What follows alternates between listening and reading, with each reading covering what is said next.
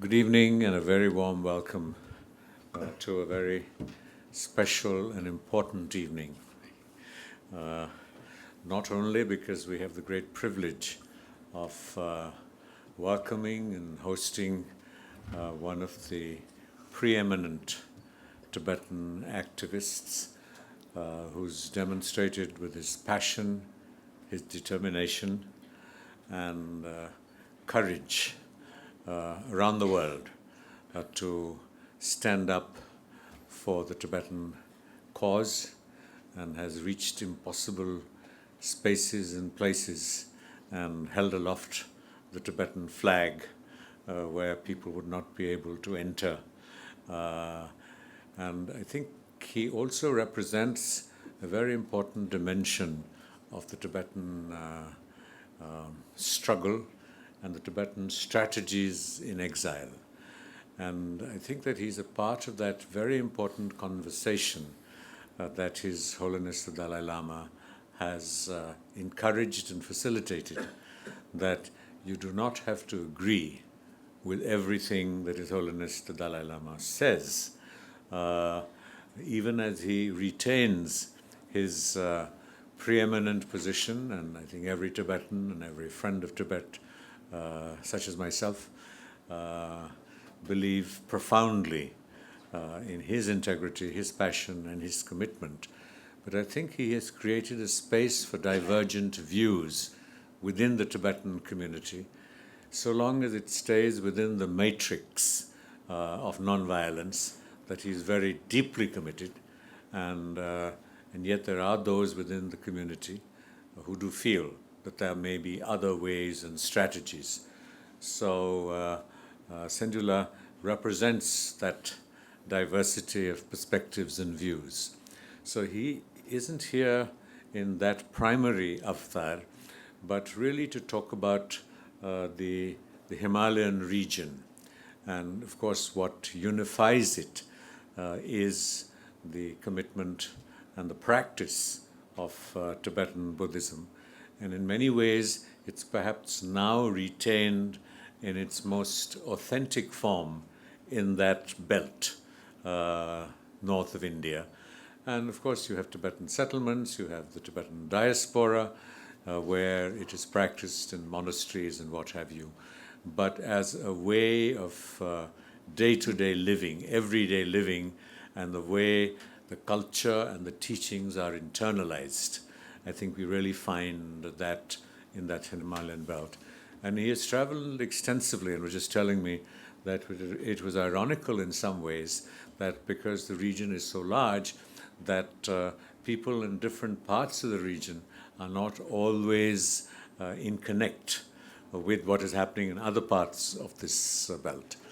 And some people believe that if His Holiness were to decide that he will be reincarnated, he might be most comfortable. This is purely speculative. He might be most comfortable reincarnating somewhere in Ladakh, because it would be outside China and yet within the mise en scène of the community that is Tibetan Buddhism. And I really I feel very privileged to call Tenzin Tsundue a friend and in a sense a co-conspirator in our strivings on behalf of His Holiness the Dalai Lama and his agendas and the agendas of Tibet. I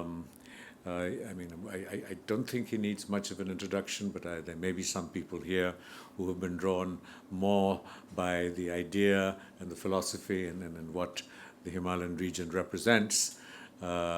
He is an iconic figure who has his own cult following almost. But so for those of you who are not totally familiar with Tenzin Tsundue, he has degrees in literature and philosophy from Madras and Bombay University. He's an award-winning author who has published 5 books, including a widely celebrated poetry collection, Kora, now in its 15th edition. His writings are translated into over 15 languages, have inspired films, books, and plays, and are even featured in the university curriculum at some institutions in India.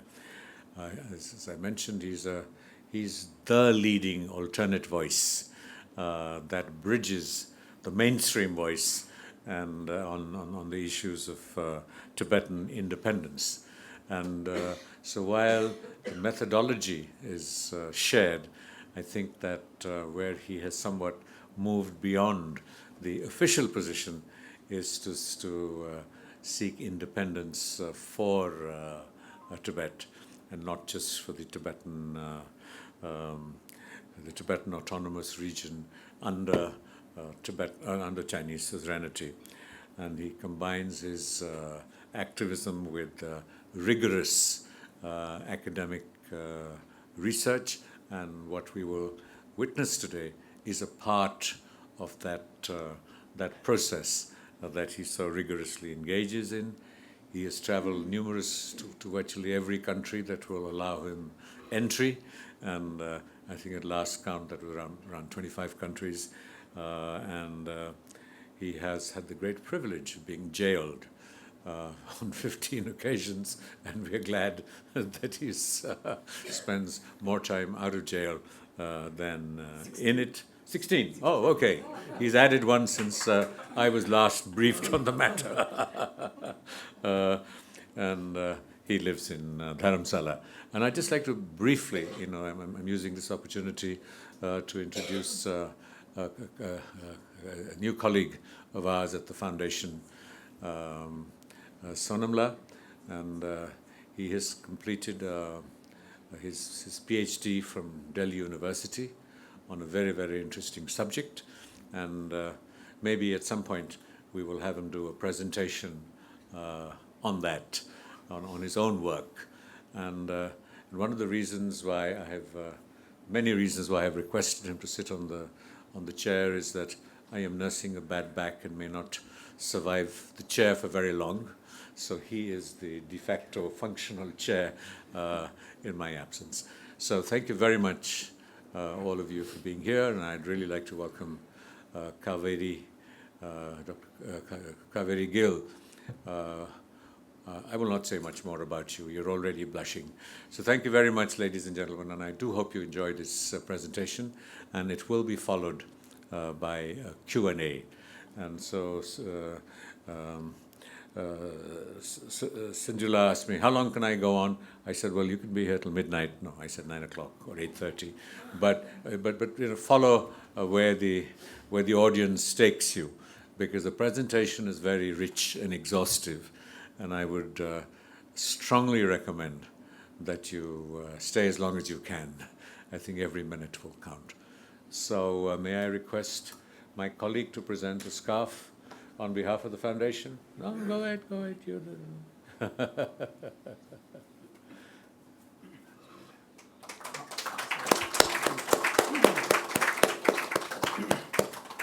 So over to you, Srila.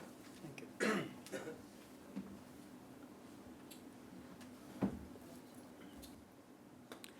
Tashdile and namaste. I will immediately go into the presentation because this is a long presentation, and I wish you could stay at least about 1 hour. And if you are in between a little bored or having to rush, buy a copy of my book, which is outside. It's only for 50 rupees. Okay, so this presentation, the Indian Himalayas and Tibet, and I really have to speak fast because it's so much of a presentation. It's 175 pictures and a lot of stories and anecdotes in between, and a lot of history also. So just to introduce, my name is Tenzin Tsundue. I'm a Tibetan writer and activist. I'm based in Dharamshala. This is my new kind of activism. Earlier, I used to climb buildings and lead thousands of people in protests and sit on hunger strikes and fast. Now I'm trying to change people's minds by making interventions on narratives of Tibet. And one of the important things is about the Himalayas and how we are deeply connected. So this effort, do I have a support? Okay. So I say the Indian Himalayas particularly because I have avoided Nepal and Bhutan. being an activist, there are some issues having to go to Nepal and Bhutan for me. So therefore, I've been traveling all across the Indian Himalayas for almost about 30 years. I've been traveling and collecting information and also being there and learning. One disclaimer, I'm not a researcher, I'm not an expert, I'm a traveler and also a writer. So this is a writer's perspective of what I've seen, what I've noticed, and some of the interesting things that I wanted to share with other people who may have been to many parts of them, but I do not think you have been to all the places that I've been traveling for the past 30 years. So this is the reason why I'm making this presentation today. So when we talk about just the title of it, the Indian Himalayas and Tibet, let's try and understand in one picture, what is Tibet? When we look at Tibet, very often, especially among the Indian audience, people usually think Tibet is like this small country near Nepal, Bhutan or something. But if you actually look at this map, you will see Tibet is 2.5 million square kilometers of land, which means Tibet is 2/3 the size of India. 1/4 the size of China. China is 9.6 million square kilometer. Tibet being 2.5 million square kilometer, it is 1/4 the size of China. Therefore, China's, sorry to say, shit scared that they will lose Tibet out of their control. And Tibet is geographically is the largest plateau in the world and highest. Where Galwan Valley ends starts Tibet. And therefore, Tibetan soldiers who are now used both by the Chinese soldiers and also Indian army on the borders, because they know there's only the Tibetans who can fight at 4,000 meters above sea level without having to do any acclimatization. So this country of Tibet rises to 4,000 meters above sea level, where the winter goes on for almost about 8 to 9 months, and sometimes minus 20-30 degrees Celsius. Much part of Tibet, especially this part of area, what we call Changdang, from here, Lhasa is somewhere here, but much part of this is called desert. There are people who have never seen a tree in their life. I've been to some of these places. Though it was many years ago, I sneaked into Tibet from Ladakh. I got arrested, beaten, tortured. I was taken by the Chinese through all these areas to jail me in Lhasa. And in fact, I'm one of those rare people. Although born and brought up in India, I've been to Tibet and also been jailed there. So I have a great experience to tell. And that was my first jail experience, after which I've been to so many jails here in India. And that's how the counting came to 16. So this area is called what we call as Changtang. It's cold desert, windswept. If you go to Ladakh, you will see that Ladakh is not like other places, a lot of snow. No, during winter, very little snow. But then it's windy and striking cold. There is a way of people saying that if you pee, the pee will break into a curve, stick. Yeah. So that is Tibet. Now we go to the next. So I'm going to start this entire journey from Ladakh to Arunachal Pradesh. This is a roller coaster journey. We are going to go into details about religion, culture, language, herbs, medicine, food, architecture, music, and trade between Tibet and much part of India, which is now dead in many other places. So we'll start from Ladakh. And just as a disclaimer, all the maps I'm using here are standard Government of India recognized maps, okay, just to make sure that everybody knows about it. So here, when we look at Jammu and Kashmir today, and also Ladakh here, this is India's claim, or Aksai Chin. This is India's claim over Pakistan-occupied Kashmir. But effectively, this area is what is there under Indian control today, and especially in Pangkong Tso, you see half of it is in Tibet. Where I'm going to lead in the pictures today is to the north is Nubra, and to the northwest is Kargil, to the west is Zanskar, to the from Leh up to now, this is the entire area of Leh, and to the east here is what we call Changtang. Changtang is nomadic region, and the landscape, language, culture is very, very close to what you get to see inside Tibet, where I've been and saw some of it. So having a rough picture of how Ladakh is, I'm sure many of you have been to Ladakh. If we just land in Ladakh, this is what you get to see: the majestic picture of Leh, especially the tourist area, the boulevard here is the selfie zone, is the coffee place, and is the place where we all can, when you go to Ladakh, you want to meet that Ladakhi friend there, you will meet most probably around here in this area. That's Ladakh Khar. Khar is a castle, or at one point of time it was the castle of Ladakh Jigme Singhe or Namge, who built this in 1648. So that was around the time when 5th Dalai Lama was ruling Tibet, around that time. And so that is, even today, it's still standing. Some repair had also happened, but it has now been turned into a museum. So that's what you get to see here. Now, behind this structure over there is the polo ground. It used to be a polo ground where people used to play polo, the game, or riding horses using the stick and the ball, that game. But today it is, if you go, it is not a game play there. It's a taxi parking area. So huge sprawling parking area for Ladakh. And there's also the place sometimes when there are Ladakh carnivals happening or protests happening, like how, for example, what Sonam Wanchula was leading, it was happening over there. When you come down to the ground level, then this is what you get to see. There's a fantastic place for shopping for people of the Himalayas. And all the interesting things that you get to see here is, so there is the famous tsikinum, or the oil extracted from the kernels of apricots. And it's very expensive. It's, a small bottle like that would cost somewhere around 750 rupees, 800, 900. And if you are like, ye kitna hai, they'll charge you more.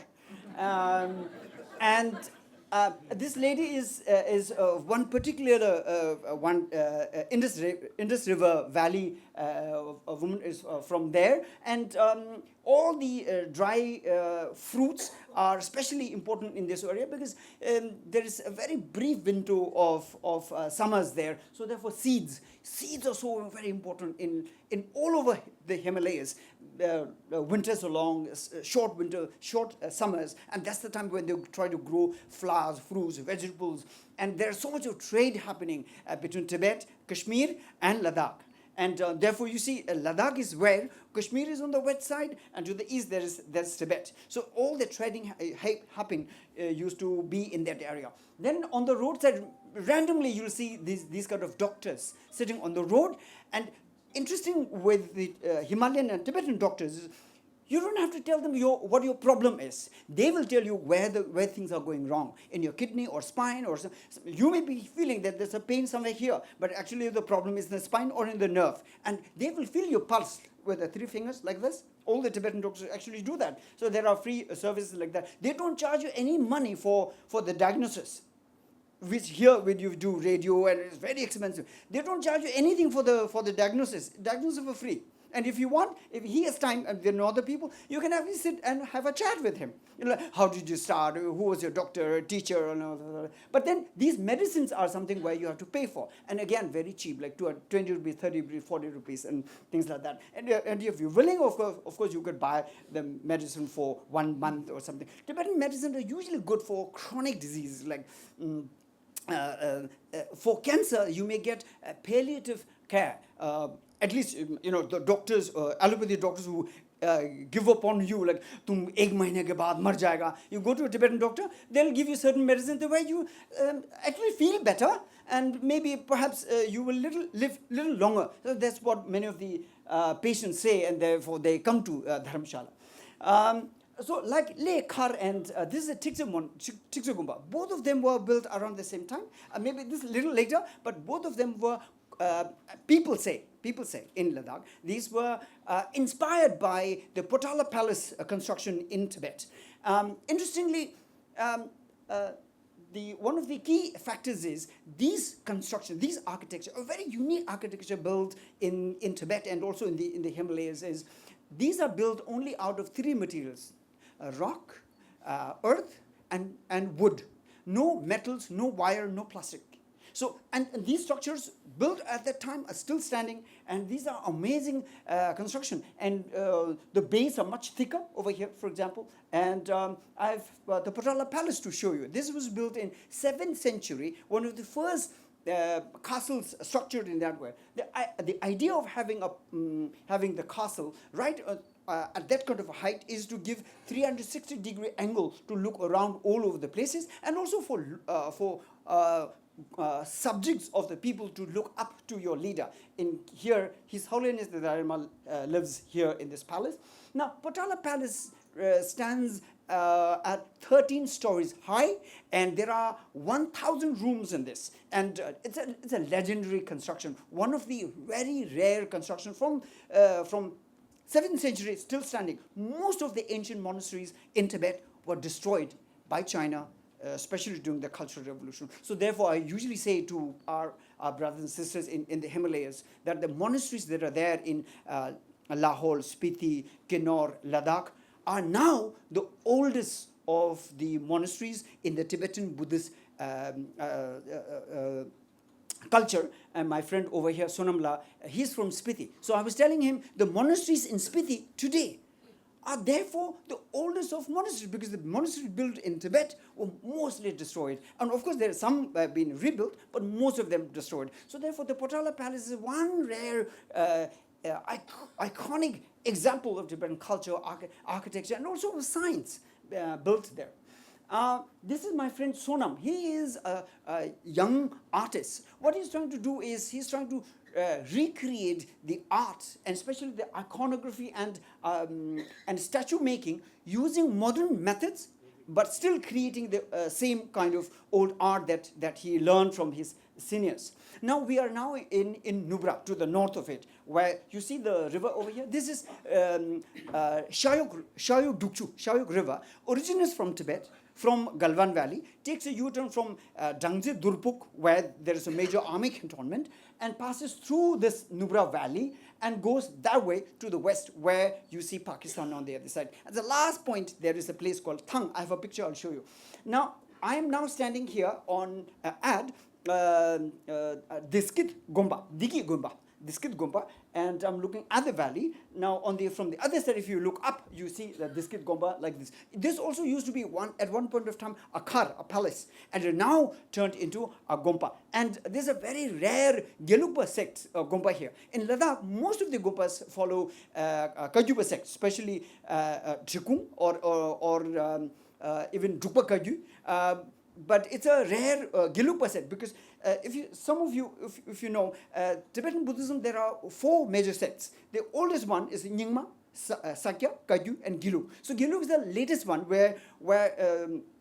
which developed after maybe around, I can't exactly place the time, but the head is His Holiness the Dalai Lama. So it is now the most powerful and most population in it. So the link over here is, this is a Thangka signed by the 7th Panchen Lama from Tashilumbu Monastery in Tibet, following the Gelugpa sect. So we see that such a evidence there. So therefore, there is a very unique link between Tashilumbu Monastery in Tibet and also and here in Ladakh. Now, this person over here, we exchanged interesting stories. He was saying that he is a Baldi, and much area of Baldistan today lies in Pakistan. There was a battle between India and Pakistan in 1971, where India claimed 4 villages from that entire region of Baldistan.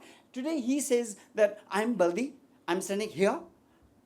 The space behind us, all that place is, we are standing at Thang, but on the other side, all that is Pakistan.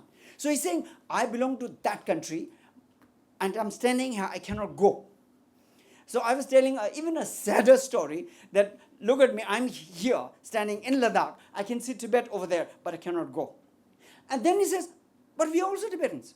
Baldi people believe that they are of Tibetan origin, though they follow Islam, and they speak a dialect of Tibetan language. And there are many vocabulary, there is a commonality with Tibetan. Now, Da Hanu are two major villages in the Indus River on the way towards Pakistan. As the Indus River finally enters into Pakistan, there, Da Hanu. Usually when you go to Ladakh, people say, if you're a tourist, you want to go to Da Hanu. Da Hanu are 2 different villages. So this is where Da is, and here people of his origin, they they say that they are the Aryan Valley people, and they say that they are the descendants of Alexander's army who refused to go back to Alexandria and continue to stay there. So therefore, and there is also this secret. Don't tell other people. Yeah, they say that German women come there to make babies, believing that they have the original Aryan blood in it. So this is Aryan Valley, and I'm standing here where they have built an old cluster of houses there. So here, this is Dahanu people, and they are the Aryan Valley people. We have two ladies and a gentleman in the middle, and they wear this kind of attire, flowers on the head. They were actually heading towards for a marriage, and me and some of us, we were going in a taxi. We gave them a ride, and they were telling us interesting stories. This is Sona Wangchula. At the moment, he's sitting on a fast. This is not placed here because he's sitting on a fast. This has always been a part of my presentation. I've done this presentation in Ladakh and also in Arunachal. I have so much of respect for him. He's a social engineer and also an intellectual in giving a sense of direction to Ladakh's future. So we discussed what can be the future picture of Ladakh and Tibet. So lots to talk about. This is the Tibetan school. In Srinagar, there is a Tibetan community where 3,000 Tibetan Muslims live. And particularly in that area, there's not only a village, but also a Tibetan school. It's called Ladakh, Tibetan public school. And it's hugely popular there because the Kashmiri Muslims, they like to send their children to Tibetan schools. They say because there's no politics involved there. It's a plain good education. So Ladakh, this Tibetan public school, most of the children are not Tibetan. They are Kashmiris, but they love to go to Tibetan school. So that's how Tibetan school in this is Idayat Khan, one of the leaders there, and this specific area.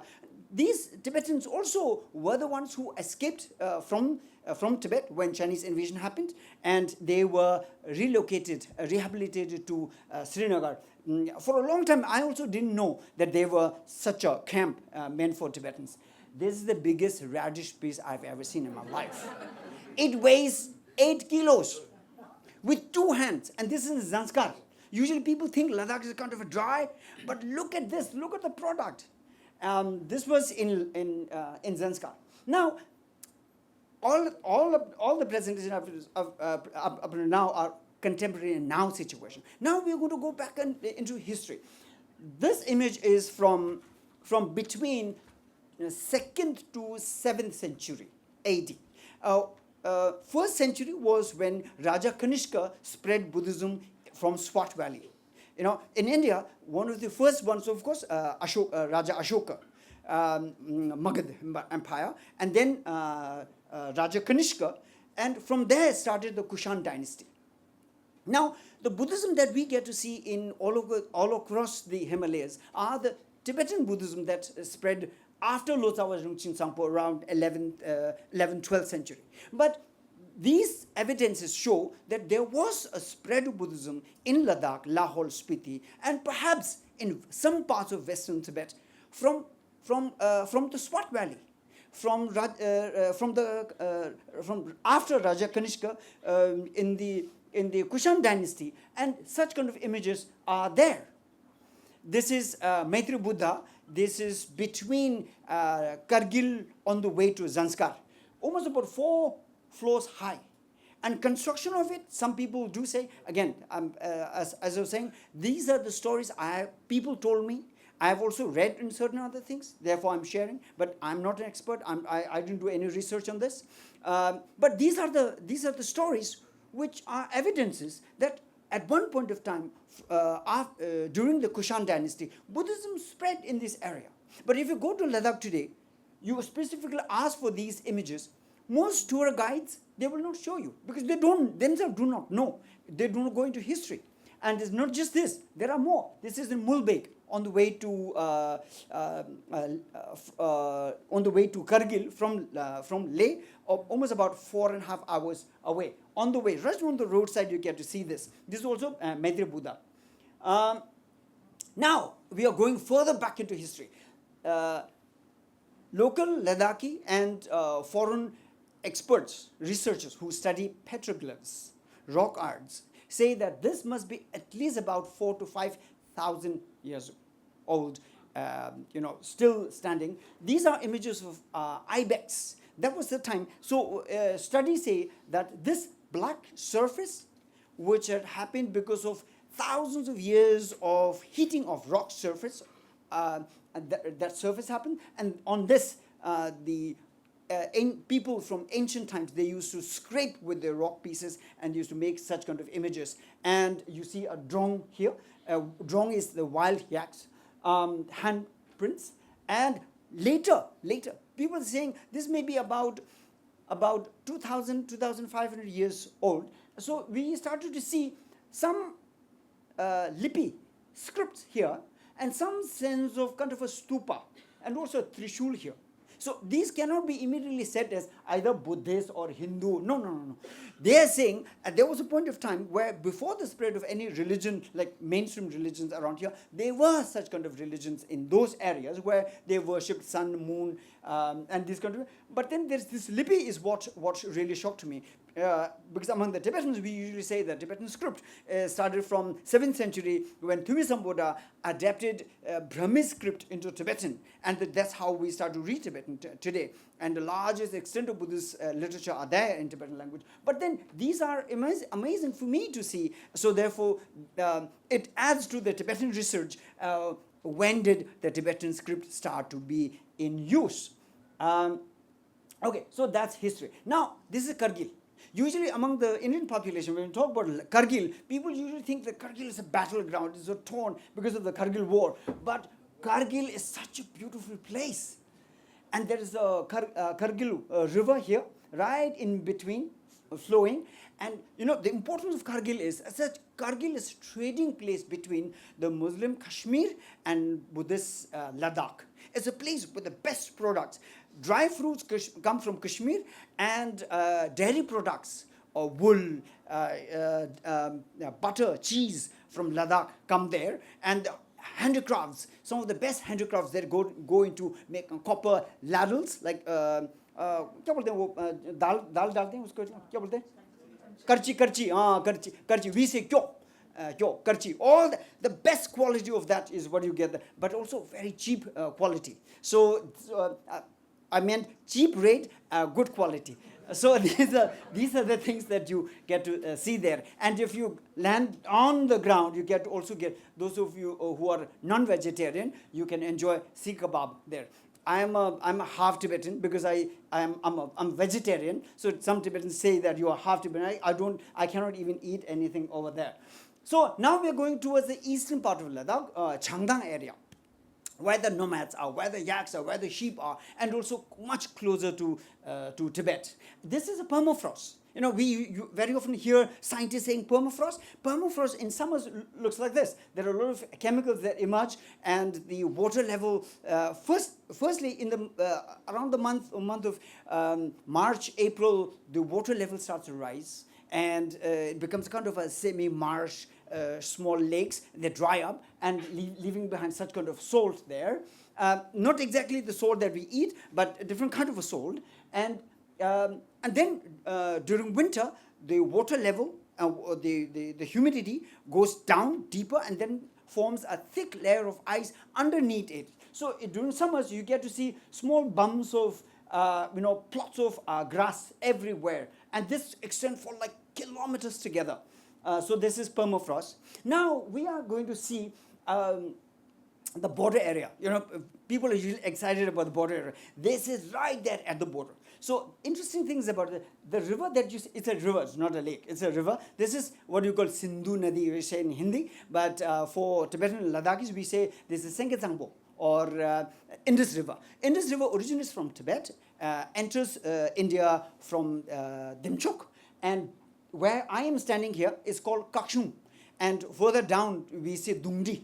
and then Loma, and then comes to Nyoma township. Now, this is where I am standing, and that is called Dumze.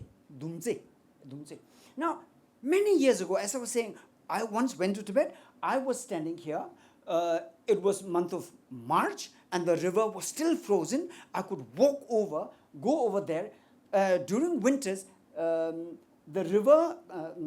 river gets frozen, so the border moves up to Dumze, up to that point. During summers, when the river melts, when the river is flowing, that then becomes a natural border. So the border is shifting. And during winters, when the border moved towards Dumse, that's where the people from Ladakh used to carry their, trading wares, go up to the border and have trade with the Tibetans from Tibet side. Now, strange thing today that I'm seeing is when this was in month of August this year.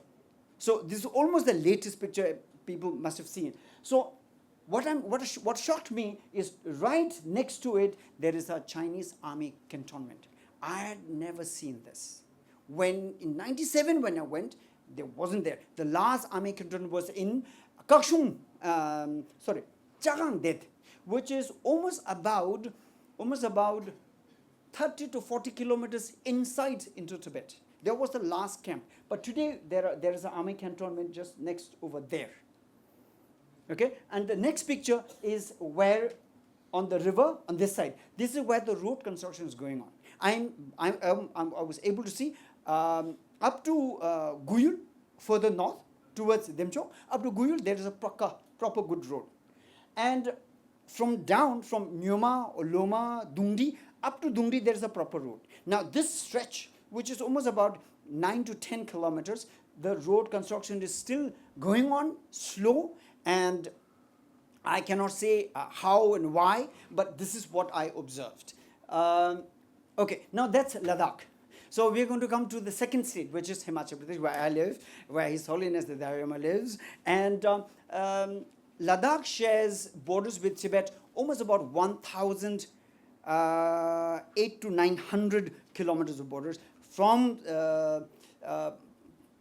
the area which was ceded to China by Pakistan, from there right up to Himachal Pradesh, right up to here where Demchok border is. Now, Lahaul-Spiti and Kinnaur, they share borders with Tibet. It's about 220 kilometers of border with Tibet. And only 2 districts share borders with Tibet. And here is how Himachal Pradesh is. This is Kangra, this is where Dharamshala is. Dharamshala is very close to Pathankot, where in the 1963-65 war with Pakistan, there were bombings in Dharamshala. And some Tibetans actually remember this. So this is where. So Lahaul-Spiti is the biggest district in Himachal Pradesh, but very sparsely populated. Some parts of it share border with Tibet, and then Kinnaur on this side. So we will now go to certain parts of Lahaul. Now, Lahaul and Spiti, we usually say Lahaul-Spiti, but these are 2 different parts of the same district. Spiti to the east, Lahaul to the west. Lahaul is much more greener, richer, and because it actually falls on Kulu Valley to Ladakh on the trading route. And there traditionally used to be 2 small kingdoms, the Gundla kingdom and the Khangsar kingdom. So this is Gundla kingdom, this is the castle, and it actually looks like this. This is 6 still standing, now acquired by ASI, Archaeological Survey of India, not kept in the best situation that people would desire. But I went inside, I saw some artifacts still there like this. This is Khangsar, the other kingdom. Khangsar is in a much better situation, and still a lot of repair happening. Large parts of this Khangsar, they're destroyed, they are not in condition. And so we are able to go in and see the situation. Khangsar queen and the heir, they're still living. And there is always this marriage between Ladakh and Khangsar also has some kind of a tandem with Kulu kingdom. So that's how they survived between Ladakh and Kulu. I saw this chest and I asked, what is this? And I saw this. Tell me, guess, what is this? Cheese or? Salt. Yes, salt. This is the salt from Tibet. Traditionally, entire region of Himalayas, they used to get salt from Tibet. अभी तो टाटा नमक आ गया है, but उससे पहले the entire region of Himalayas, they used to get salt from Tibet. So the salt from Tibet, and look at the beauty of this trade. Gur and shakkar used to go into Tibet. It's the trade of sweetness and salt. इससे और सुंदर रिश्ता क्या हो सकता है तिब्बत और भारत के बीच में? This is our relationship, and that salt is still there. Such beautiful evidences. Now, I'll tell you one really interesting secret. In Tibet, there is a language. There used to be a language called Shangshung language. Shangshung was the old civilization of Tibet. Now the civilization, what we call Yarlung civilization, is a modern civilization. But the Shangshung civilization was the old civilization where they used to speak old language, which is archaic and dead in Tibet. That language is still spoken in this part of Lahaul-Spiti, called Tinan language. But the sad part is there are only 2,000 people who speak, out of which half of the population are children who go to schools, who study English and Hindi, and they do not know their mother tongue. So that leaves only 1,000 people in India still speaking their language. The sad part is the older generation who are in their 70s and 80s, they have not caught up to English and Hindi. And the children do not speak their mother tongue. There is a gap between the younger generation and the older generation who are still not dead.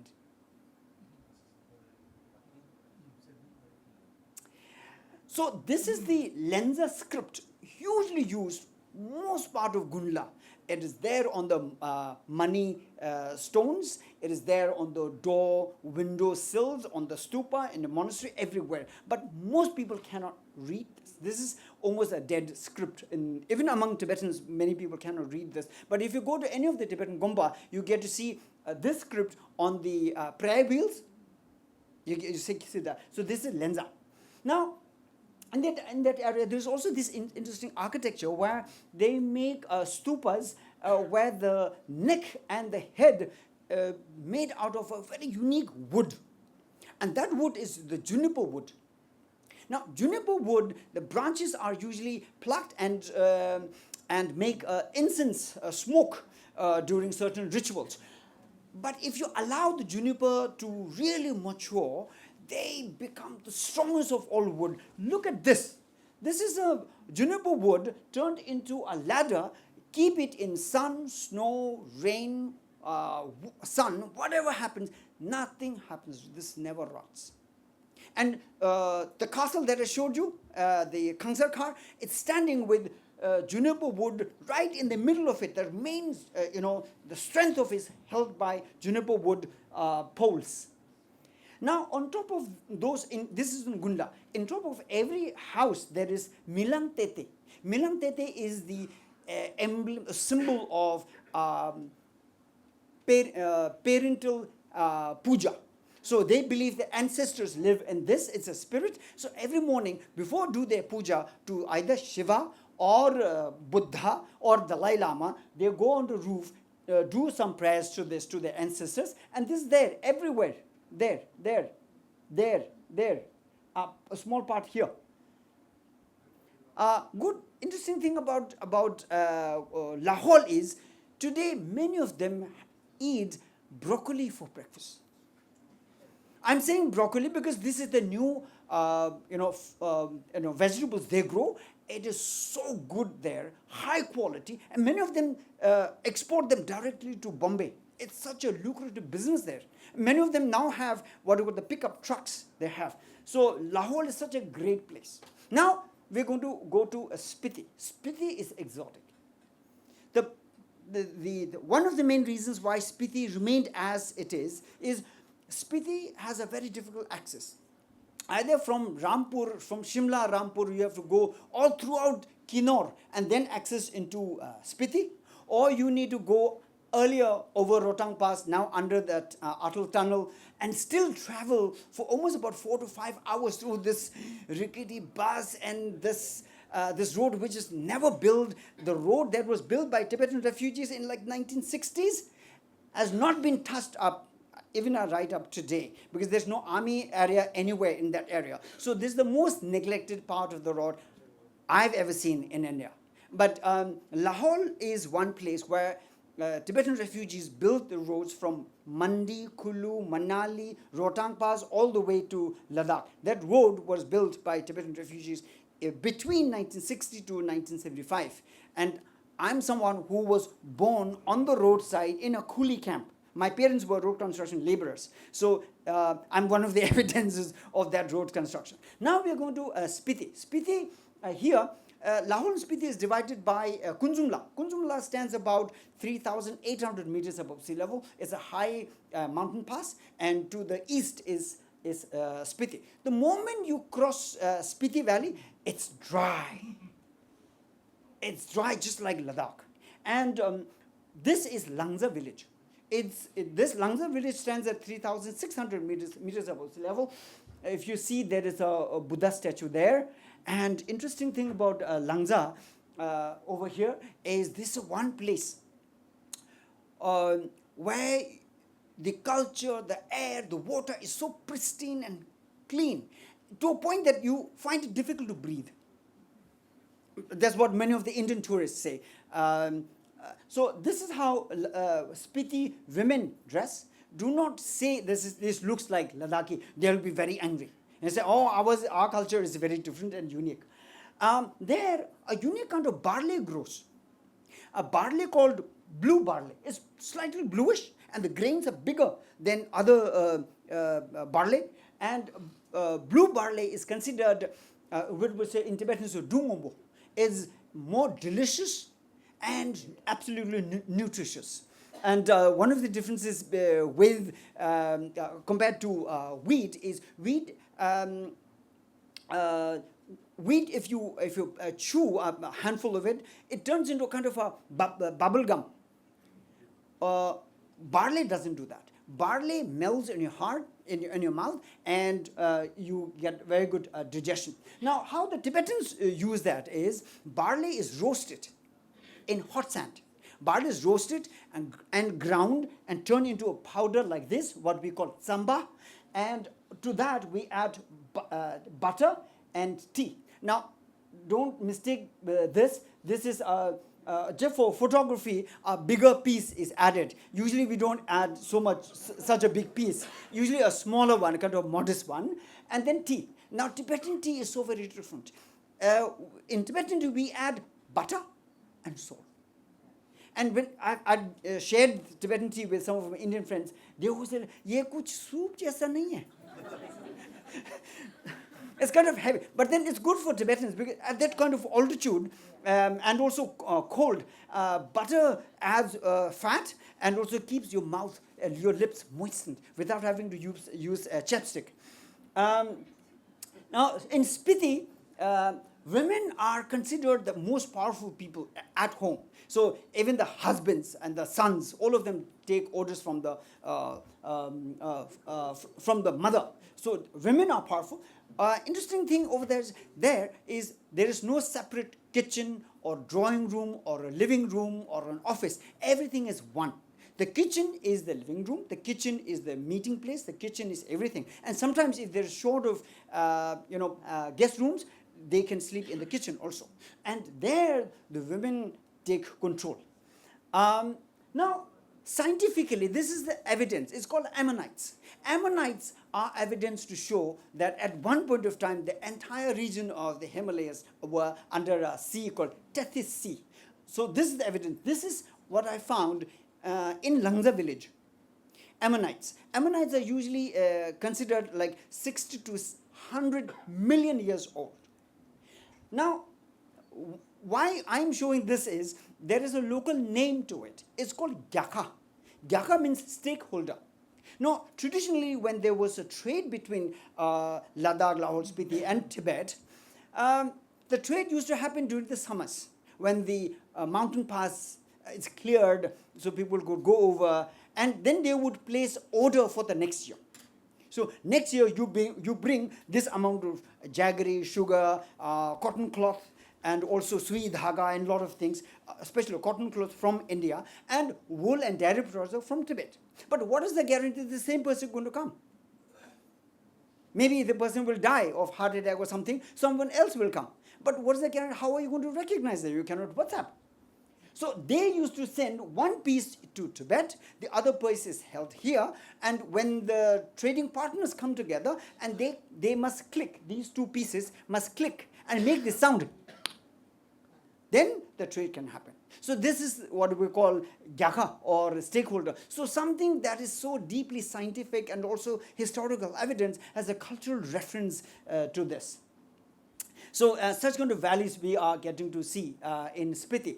This is Thangar Gomba. In Spiti, it's usually considered that there are 7 major monasteries. And that's what people said to me. But Sonamla just corrected me, saying that there are 4 major monasteries. Ki Gompa, Thangar Gompa, Tabo, and Pin Valley Gompa, and Kaza. This is Thangar, and there is a contestation between Thangar Gomba and Tabu Gomba, saying that which one is older, and both of them say ours is older. This is Thangar. Thangar used to be a castle and turned into a Gomba much later, and I'm doing a catwalk there.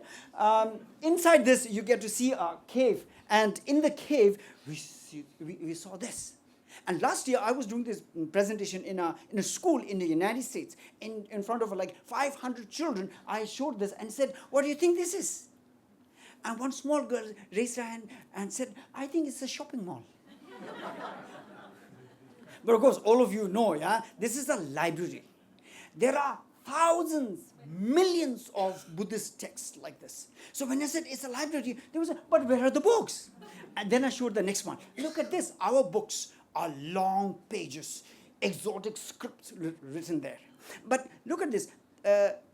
Between 7th to 12th century, in about 500 years, the Tibetans did the most incredible literature, translation, and annotation, kind of a scholarship exercise for 500 years.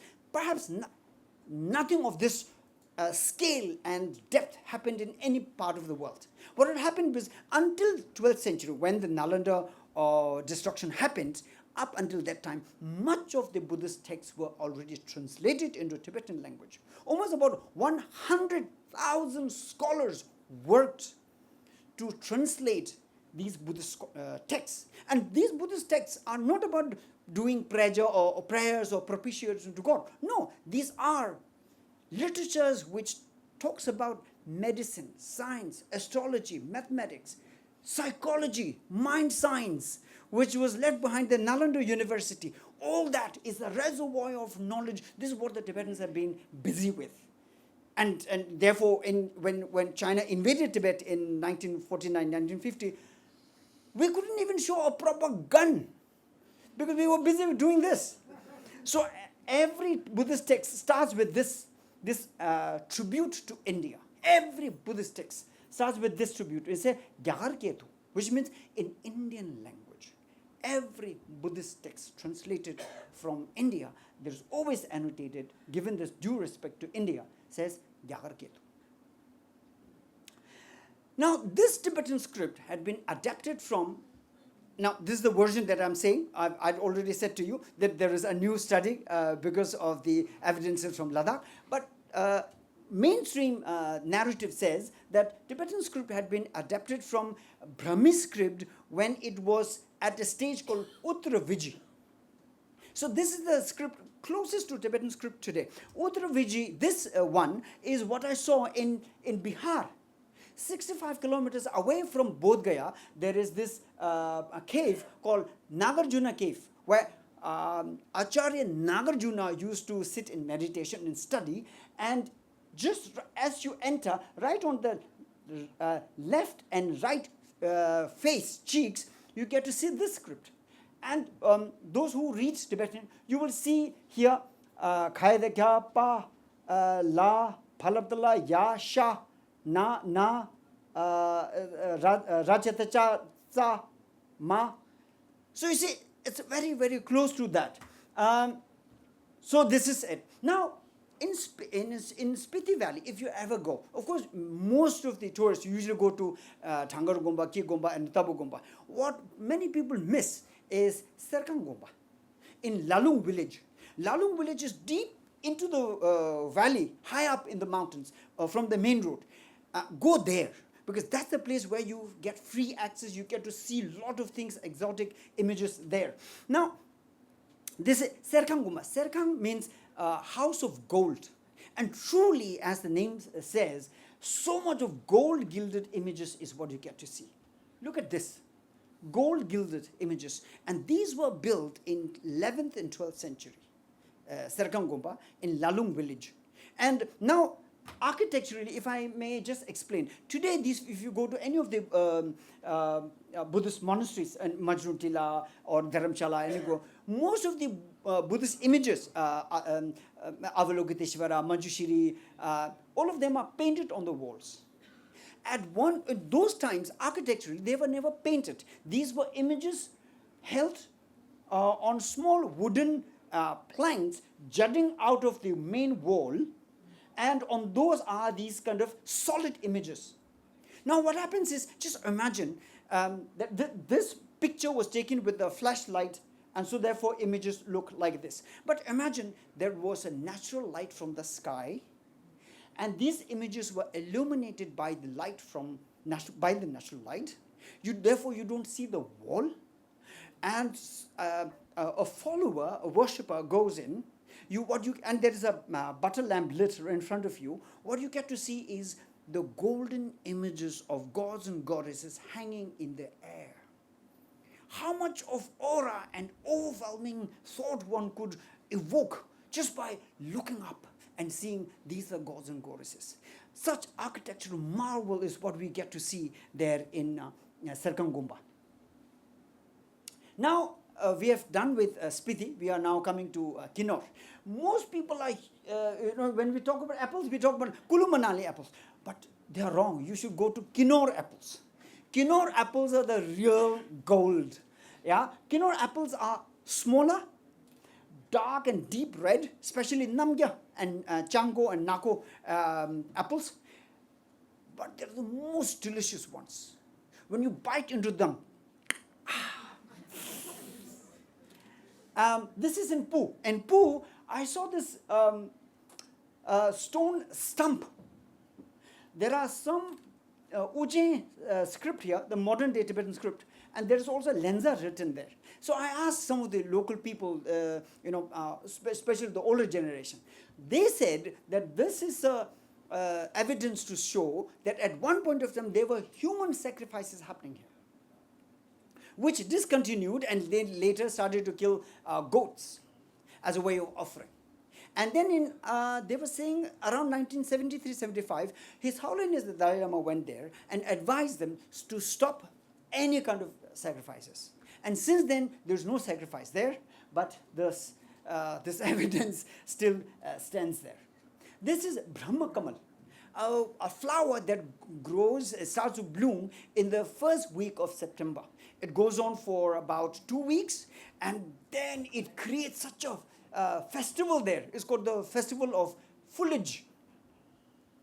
This flower, Brahma Kamal, on the inside it looks like this, and this is what they usually wear. Kinnauri people wearing the green hat, they wear it on top of this. And the foliage festival goes on for in about 8 villages across the Satluj River, closer to Tibet. On the western side, no. On the eastern side, between Tibet and Satluj River. Satluj River that originates from Shipkila and passes right below this. This point is called Old Hindustan-Tibet Road. This road connects old Bushiar state of Himachal, now Himachal, at one point of time Punjab Kingdom, connecting Shimla through Shipkila right into Tibet. So this was the old trading route, and in 1962 when China attacked Himachal on Shipkila, again this road was used to send arms reinforcement. So this road is important, and still today it's called the old Hindustan-Tibet road. It's called old because they now built another one, a better one, right at the depth of the valley, just next to Satluj river. But this point is called the suicide point. I do not know who is going to do any suicide there. You know why? You know why? Because as you move closer to that, so much of gust of wind, you cannot even approach that point. और मेरे जैसे कोई हल्का है तो हवा में उड़ जाएगा. Again, another guesses. What do you think this is? Don't say it's toilet, okay? No, it's not. It's not. Guess. Cow shed or any other guesses? Grains. These are granaries. Every house in Kinnaur area, they have a granary. And granaries are not inside the house. They're always outside because they want to avoid rat attacks in their house. Because Kinnaur, again, when you travel in Kinnaur mountains are very, very tall. Not like Ladakh, not like Lahaul, but mountains are tall. Like if you go to Nesang, it's already like 3,500 meters above sea level. That kind of high altitude and cold. And this village is very close to Tibet. It's called Kunu Charang. Kunu and Charang, two different villages. And this is in Charang village. These granaries, now look at the architecture of it. These are all wooden puzzles. Look at this. These are biting into each other, holding into each other, and there's no nails used in this. And if the house moves, they can undo all the puzzle and regroup and in another place. So the granary they start to store during summers, and during winter is the time when they go in and then use the grains from there. But every house has a granary like this, and there are a series of boxes like this all the way. This is Roshan Lal Negi, one of the most important, famous and highly respected scholars in Kinnaur. He studied in Central Institute of Higher Tibetan Studies in Varanasi, along with Professor Sandurambushe. And he today has compiled a dictionary of 1 lakh vocabulary Tibetan Hindi. And he was telling me the importance of this structure here. This structure, you see a stupa there, and underneath people could go. This is on Hindustan-Tibet road, and underneath that is a mandala like this. This is called Kangani. Kangani, Sanskrit word, Kangani. So there, when you go underneath that, you naturally get a blessing of the mandala, and also the stupa structure on top. And this is the last picture from Kinnaur. We are now going to Uttarakhand. I'm still rushing, I know, but please bear with me. I have a lot of things to, I want to share. In Uttarakhand is basically such an interesting place. It's just next to our Himachal Pradesh. Uttarakhand shares 200 kilometers borders with Tibet. And Uttarakhand is basically two main regions. To the east is the Kumaon mountain region, and to the west is Garhwal. And I'd gone to Garhwal, but in the presentation today, I'm going to deal more with Kumaon region. And this is Nainital, the old first time, the hot tourist destination. All the Hindi films, actresses, they're going there. And so this is such a beautiful place. And some of the best English medium schools, like Sherwood and all those are there in this place. So I want to speak about this place. This is called the Kasar Devi. Now in Kasar Devi, there is a Hindu temple there. But along with that is also this small gompa or temple there, Buddhist temple, built by Lama Kunsang Rinchen. Now, Lama Kunsang Rinchen was a teacher for Lama Angarika Govinda. Lama Govinda, who wrote the White Path, White Clouds, that book. So, importance of Lama Govinda is he was the one who spread Buddhism to the West. He was a student of Dardo Rinpoche in Kalimpong initially, and then later settled in Kasar Devi, where scholar Evans Wentz used to live there, and Lama Govinda joined him. And this place then became a place where Buddhism was sought after, and students from West used to come. Beatles used to come there, George Harrison, Allen Ginsberg, Professor Robert Thurman, all of them used to go there. This is that place. So Lama Govinda left the entire space for his teacher, Lama Kunsang Rinchen. And Lama Kunsang Rinchen and his wife, they stayed there. Lama Kunsang Rinchen is a Tibetan refugee. And later he also died. And this one passed on to their daughter. And their grandson is Lama Kunchok, who is today running this place. And he's now trying to revive this as a place of scholarship and learning. This is Kasar Devi, and you see here the picture. Lama Govinda is here, and his wife, Lina Li Petit, a Parsi lady who went to Tibet along with Lama Govinda, and that's Lama Kunsang Rinchen and his wife Sonam Choten, both Tibetan. Now we go to Darchula. Yes. So Darchula, interestingly, is a place. It's a place for names for both Nepal side and India side. On India side, this part is a town, and on the other side, Darchula is a district for Nepal. Now, the Darchula Indian town is part of Pithoragarh district, which is the last district closer to Tibet border. And on so this river that meanders and goes down is the Mahakali or Kali Nadi, or also called Sarda River. On this river, there is a bridge, which is what is called the Friendship Bridge. So if you ever go to Darchula, go to this place. It's such a beautiful place, a lot of greenery and happy people there. This Friendship Bridge opens at 7 o'clock in the morning and closes at 5 o'clock in the evening. And by 5, you stay wherever you are. But during the daytime, you can go across and also buy a few things from Nepal side, and you say, like, "Hum foreign jaake aaya." You know, this is what you get to do. And there I saw Bhotia community. Now the word Bhotia originates from Tibetan word Ph. That's the word Ph for Tibet, and this is how it's pronounced by the Hindi speakers, Phot, and then it became Bhutia in Kalimpong, Darjeeling, Gangtok area, like Baichung Bhutia. So it actually means people of Tibetan origin. So Bhutia in that area. In Darchula area, people of Tibetan origin are called Photia.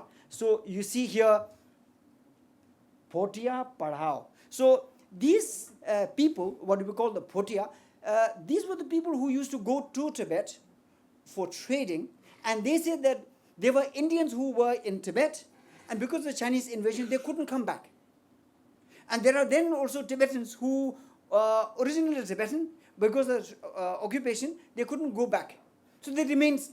But in this entire area, the Photia people today are Indian citizens. They are Photia scheduled tribe. But then there is also this another group of people who were always lived in the border areas, and they are usually called the Rang people. And then there are different other valleys and trade, and also the agriculture that happens in the border areas. Now from here I'm going to show a series of pictures of herbs, medicinal herbs and flowers. Don't ask me what they are and what they're used for. I don't know. I'm just like Hanuman. I just both side flowers. I'm going to show you the pictures. So look, this and this and this and this and this and this and this and this. This is only that I know. This is called the mountain garlic, or what we call rigok.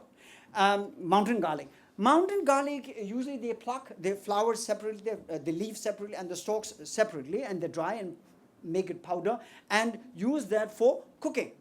Now, from here, there are certain other seeds, herbs that I'm going to show that usually define the gastronomy of people of the Himalayas. And therefore, we have also noticed that people from Ladakh or Lahaul-Spiti, people from the Himalayas, when they come down to Delhi or South, especially end up having MDH masala, Everest masala, we have a problem. And we have to tell you, we have a problem. Our gut burns. And मेरा तो क्या हो गया, Tibetan है और मद्रास गया BA के लिए, सांबर से fight करना पड़ा. Or वो भी, as a student of literature, I had to study Shakespeare and so deal with sambar on the other side. But somehow I survived, I adapted. Today, idli sambar is my favorite. But then we have to deal with that. So now second thing is this. This is what we call erma. In that area, what do you say?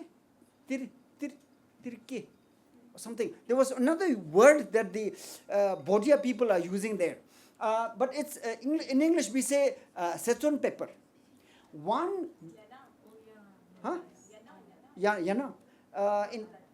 Masala. Bhutanese cooking, without erma, there's no Bhutanese cooking. Yeah. So, emadatsi, kevadatsi, essentially has to do this. One grain can numb your mouth for 1 hour. But it was also said that if you're cooking pork, this can kill the disease. This can kill the possibility of dysentery. I don't know. I don't know any cooking. But this is what people say. That if you're cooking pork, drop in 2 pieces of this grain. This is called Szechuan pepper, what Tibetans say erma, and it's used there. Again, so next, this is what we call zimbu, or people in Nepal they say jimbu. Zimbu, it's one of the alien tribes.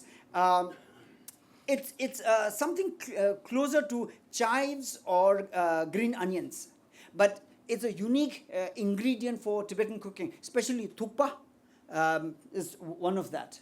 Then there is yarza gumpu, summer grass winter worm, and you see there is a worm here, but on the head there's a grass growing, and there's one particular season where you go and pluck. If you're able to do that, this is used in medicine, especially in Chinese medicine. I don't know how they do. They say this is it has aphrodisiac power. Okay, now that's done. So we're now going to Kalimpong and Darjeeling. You're enjoying it, Chirula. So we are now going to Kalimpong, Darjeeling, and Gangtok area, and of course. This is Sikkim. At one point of time, it was free and independent state, and later became a part of India. And further down from here to the north of Bengal, there is the Kalimpong area and Darjeeling. It begins with Siliguri corridor. Again, strategic place, but Siliguri is the gateway from where you go to Kalimpong, Darjeeling, Gangtok. Without going to Siliguri, there's no other entry. Either you get down, take a flight, get down at Bagdogra and take the bus, or mostly shared jeeps. But Siliguri is the point. Then we are going directly to Gangtok, the capital of Sikkim, and there we see Rumtek Gompa. Rumtek Gompa is a seat of the Kama Kamzang sect of Tibetan Buddhism, Kagyupa sect of.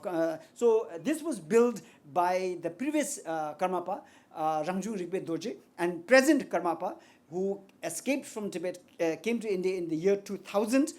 Today is in the West, and we are all hoping and praying that he comes back to live with us. And so this is Rumtek Gompa.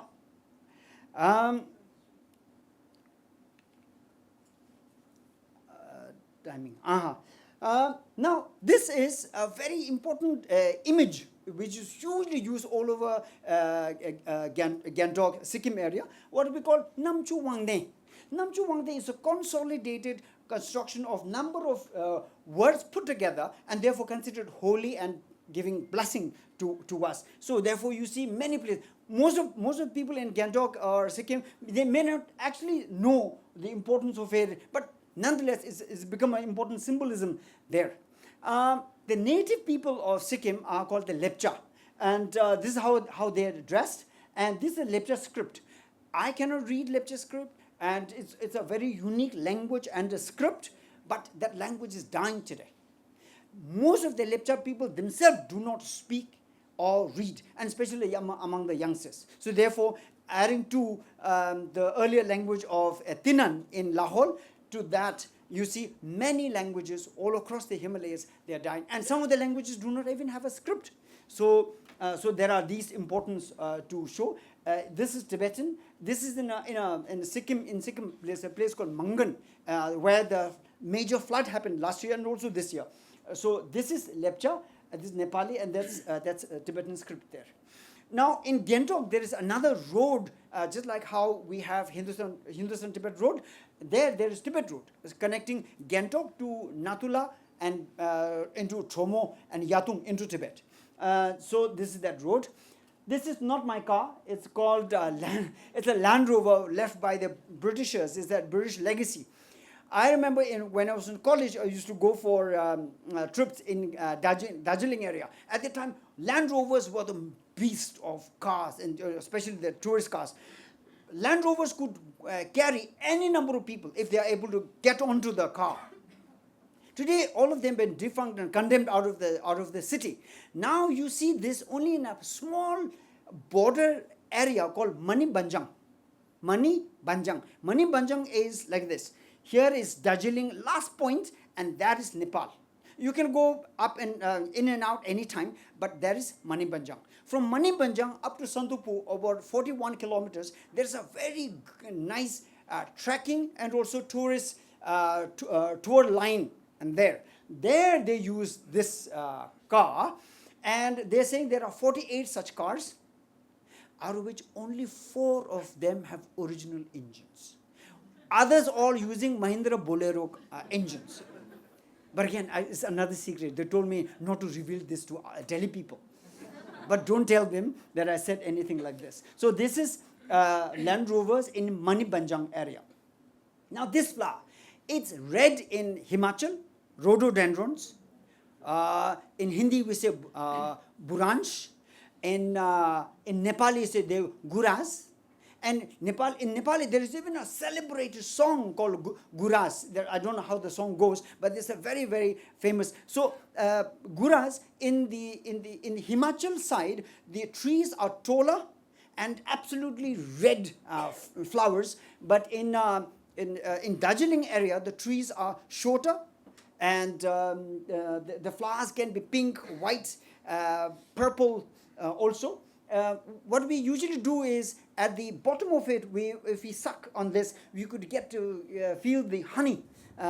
You can actually suck the honey out of it, and therefore, when we were kids in school in Dharamshala, because we used to climb over the trees and keep sucking this honey, we all look like monkeys, being on trees, and also our mouth all red. Rhododendrons can be made into juice, marmalade, and also jams. So it's fantastic. Also wine. Great, yes, rhododendron wines. So this is chura, churpi. Churpi in Kalimpong and Darjeeling area, and Tibetans we say chura, and also Ladakh also chura.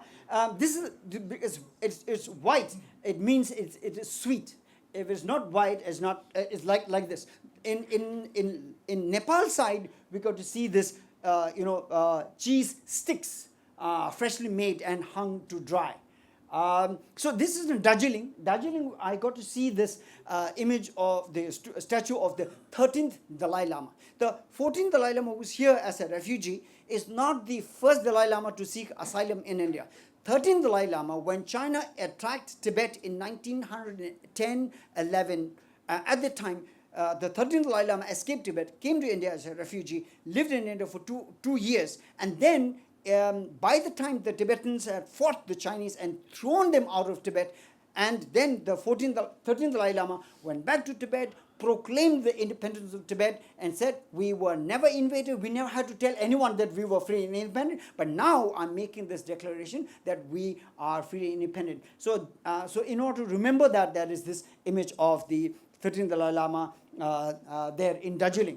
And this is the important place, study center, Indo-Tibet study center, set up by Dartu Rinpoche, who was a teacher for Lama Govinda. He set up this in 1954, and this teacher, Game Anula, he came from Tibet in 1956.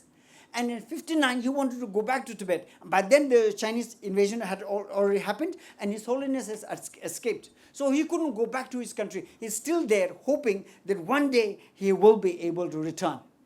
That's Kalimpong, Darjeeling, and Gangtok. We are now coming to the last bit of it. It's 1 hour, 10 minutes. So this very last bit, please bear with me. Arunachal Pradesh is the biggest state in the northeast. occupies a land territory of 90,000 square kilometers of land and shares a border from here right up to Burma border. 1,600 kilometers of borders with Tibet, and the border is particularly demarcated by what we call the McMohan Treaty of 1940. Arunachal Pradesh, interestingly, is a state of 26 different tribes, and all of them speak different languages, and many of them look like me. So therefore, someone like me going there as a tourist, I can pretend like हम आप में से अलग-अलग जान जाते हैं, हम उनमें से एक है. So I can speak Hindi, and I can go. But if you have what you call the mainstream Indian faces, you will ask, "आप कहाँ से हैं?" But they don't ask me that because I look one of them. Yeah. So I have this advantage. So interestingly, that's Arunachal Pradesh. Now, Tawang, we'll start from Tawang. Arunachal Pradesh here, Tawang region is here on the tri-junction, Tibet there and Bhutan to the west, and this part of India. And Tawang and West Kameng, these two districts are Buddhist districts because most of the people are Buddhist, and there are of the Mumba tribe there. That's where the chief minister Pema Khandu is also from. And there are, so then Itanagar is the capital. This is the first place there where there is the airport there, the first airport in Arunachal Pradesh. And to the east, then through the journey, we are going to go to Upper Siang, we'll go to Yingkiong, Pasigad, and we'll also go to Teju here, and we'll go to Miao. So this entire region we will cover. Now, in Tawang district, it starts with Sela Pass. For a long time, Sela Pass is important because it's a high mountain pass, and after that, then you get into Tawang region. And without this, there was no alternative. Today, Sela Tunnel had been opened, recently inaugurated. So therefore, now there is throughout the year a connection to Tawang region. Arunachal Pradesh is one place where Tata Sumo is a lifesaver. And from Guwahati to Tawang, if you're going at one go, it takes, you have to travel for about 18 hours. And by the time you get down in Tawang, like around 10 o'clock in the night, and you are like, your bumps hurt, like, that kind of thing. But you get to travel through such beautiful mountain region, green. Arunachal is so green and rich and fertile. Is what you get to see. And when you get to Tawang, you get to see this. Tawang Gompa is over there, the biggest Buddhist, Tibetan Buddhist monastery in the entire region. So Tawang Gompa is there, and this is the Tawang town. This is Merak Lama Lode Gyatso. Merak Lama Lode Gyatso was the one who established Tawang Gompa. Now look at that. There is a little religion and politics involved in here. Merak Lama Lode Gyatso wanted to set up a Gelupa sect Gompa in Tawang. At the time, Tawang was very close to, even today, with Bhutan to the west. Now Bhutan usually, and even today, is mostly Drupa Kagyu or Drupa sect of the Kagyu, Drupa subsect of the Kagyu sect. So there was a lot of pressure from there to be or follow Drupa sect. But Merak Lama Lode Gyatso wanted to set up a Gelupa sect, and he went to Lhasa, received blessings from the 5th Dalai Lama, and he got support and even financial support, and therefore he was able to set up the Tawang Gompa. And therefore, now look at this. 6th Dalai Lama was born in Tawang. 5th Dalai Lama gave support, and 6th Dalai Lama was born in Tawang, and therefore what we get to see in Tawang today, these are some of the precious stones the 6th Dalai Lama family used to own, and today they are in the Gompa's museum. And another thing that we got to see over there is also the iron chains smelted out of rocks by a maverick Tibetan tantric master and also a scientist who created, firstly smelted iron, and then made iron chains like this, and he built 108 bridges across the rivers. Those were the time there were no bridges. So he was the one who first created such kind of thing. These bridges are still standing from that time.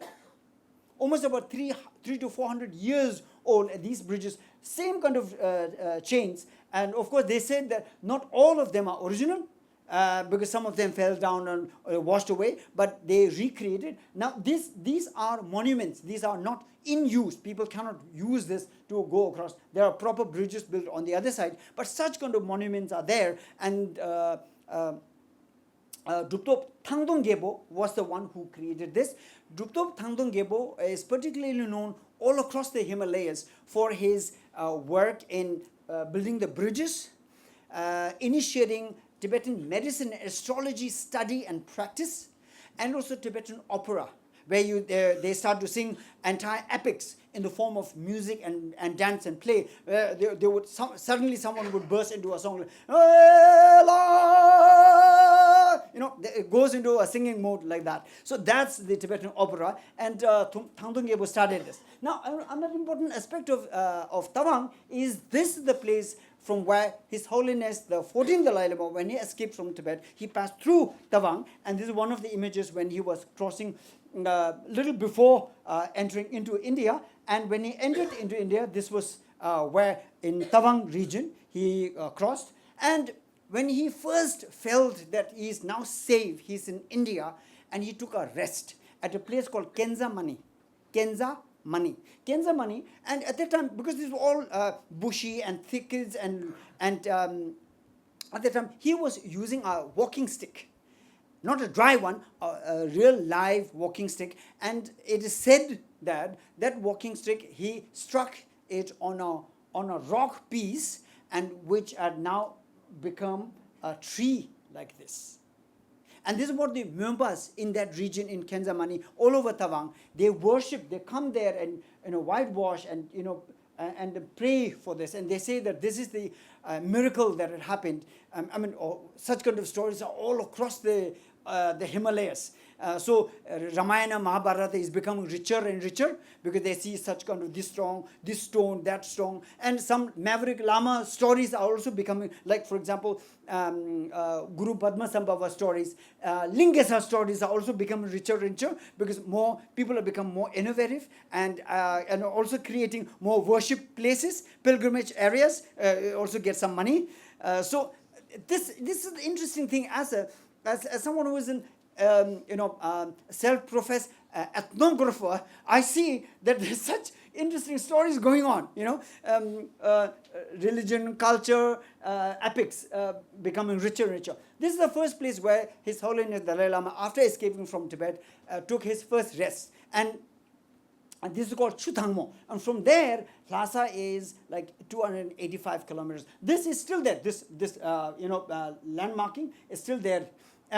This is in a place called Thonglek. This is the place where His Holiness rested for the 5th day. On the 6th, he reached Tawang. So on 5th, he reached here.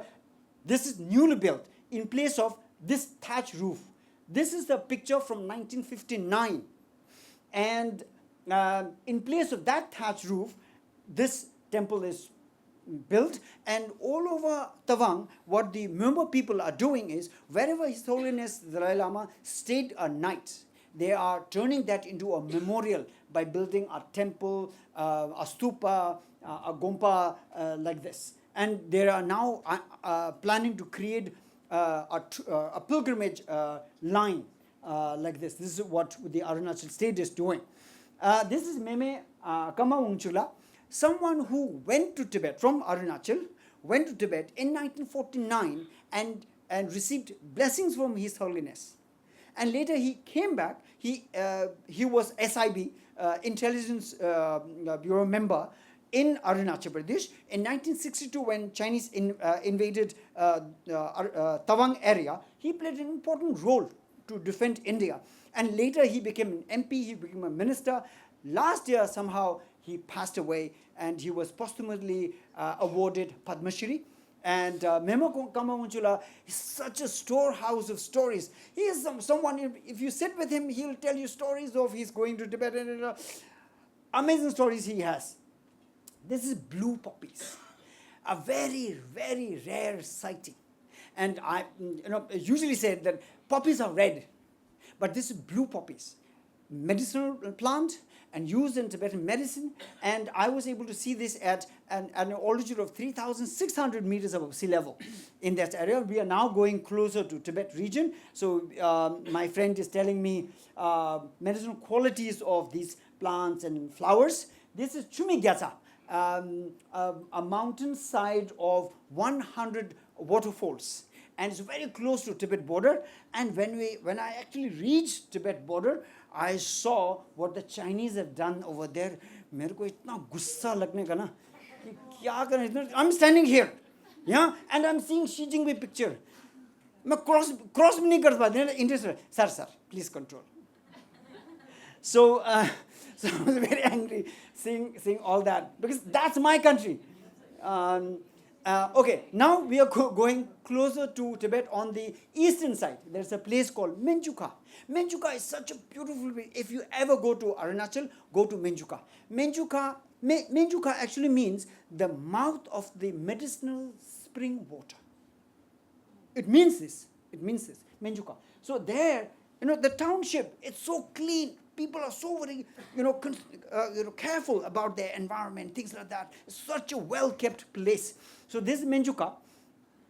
In Menchuka, the tribal people who live there are called the Memba. M-E-M-B-A, Memba. Memba in Tibetan language is one of the tribes of Kombo region of southern Tibet. And so they dress, their language, the culture, same like how we see in Tibet. And among exiled Tibetans, there are many Kombo people. If they go there, they may actually find their uncles and aunts there. But these are Indian citizens who have lived there. There are no Tibetan refugees in that area. And so there, I showed a picture, a film on the based on His Holiness the Dalai Lama, and people were having tears in their eyes. They came in the best dress and the jewelry also when I showed this picture. And this was how close we were. Now, McMohan Treaty border is something we keep on hearing in the news, and it on the ground looks like this. This is McMohan border. क्या है कि this stupa, half of it is in Tibet, half of it is in India. This is McMohan border at a place called Kepang La in Tuting.